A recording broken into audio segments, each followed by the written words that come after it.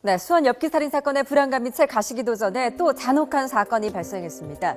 인천 남동구 주택가에서 발견된 여행용 가방 속에서 흉기에 찔린 70대 할머니의 시신이 담겨 있었던 것인데요. 누가, 왜 이런 끔찍한 범죄를 저지른 것일까요? 이번 사건을 시간대별로 잘 구성해 보겠습니다.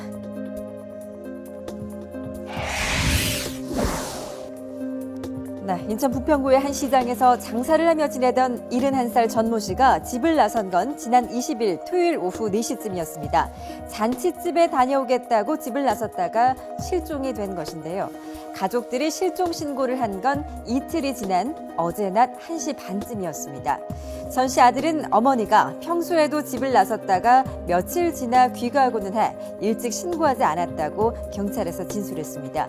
이후 1시간 40분 지난 어제 오후 3시 10분쯤 인천 남동구 간석동의 한 빌라 주차장 담벼락 밑에서 여행용 가방이 하나 발견됩니다. 가로 60cm, 세로 40cm 정도 크기의 여행용 가방에 숨진 할머니의 시신이 접힌 상태로 담겨 있었는데 길에 버려진 가방을 수상하게 여긴 학생들의 신고로 발견됐습니다. 7시 30분 정도에 제가 나왔거든요. 차가 바로 앞에 있어서 여행용 캐리어 가방이 하나 펴져 있더라고. 그래서 보니까는 캐리어 가방이 한 10cm 정도가 한 열려 있었고 한 뼘 정도가 열려 있는데 아예 하얀 천이 보이더라고. 할머니의 시신은 오른쪽 옆구리와 목 등 5군데에서 흉기에 찔린 흔적이 발견됐고 둔기로 한 차례 맞은 흔적도 발견돼 잔혹한 살인범의 소행으로 추정됩니다.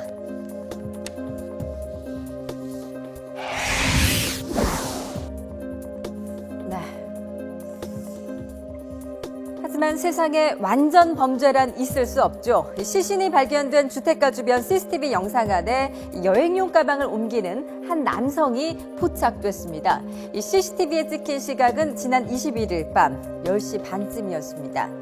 이 한 남성이 여행용 가방을 끌고 걸어가는데요. 지금 이 남성의 모습 보시죠. 네, 이 빈 골목으로 가방을 끌고 들어옵니다. 그리고 잠시 뒤 빈손으로 골목을 빠져나가는데요. 이 CCTV 화면에 찍힌 곳에서 50m 떨어진 곳에 이 가방을 버린 것입니다. 그리고 잠시 뒤 빈손으로 저쪽 방향으로 이동하는 모습도 포착됐습니다. 이 영상에는 이 주택가 골목에 가방을 놓아두는 모습은 찍히지 않았는데요. YTN 취재진이 오늘 또 다른 CCTV 영상도 추가로 확보를 했습니다. 이 영상을 보면 용의자로 추정되는 인물의 상세한 동선까지도 파악할 수 있는데요. 지금 가방을 들고 골목으로 걸어가죠. 그리고 양손에 끼고 있던 장갑을 벗어서 길 모퉁이에 버리는 장면까지도 담겨 있습니다. 지금 가방을 들고 어디론가 가고 있죠. 그리고 지금 골목 안으로 계속 걸어오는 모습, 또 다른 편의점 CCTV 영상에 찍힌 모습입니다. 지금 이 영상은 양손에 낀 장갑을 벗어서 골목에 던지는 장면까지 담겨 있습니다. 그리고 밤 10시 35분쯤 편의점 CCTV가 버스 정류장을 비추는 영상인데요. 전화 통화를 하면서 태연하게 이 버스 정류장을 지나치는 모습을 확인할 수 있습니다. 경찰은 40대로 추정되는 이 남성을 유력한 용의자로 보고 인상착의와 체격, 걸음걸이 등을 분석해 추적하고 있습니다. 또 현금이나 소지품 등은 그대로 있었다는 점, 수법이 잔인한 점 등으로 미루어 원한 관계에 따른 범행에 무게를 두고 수사를 벌이고 있습니다.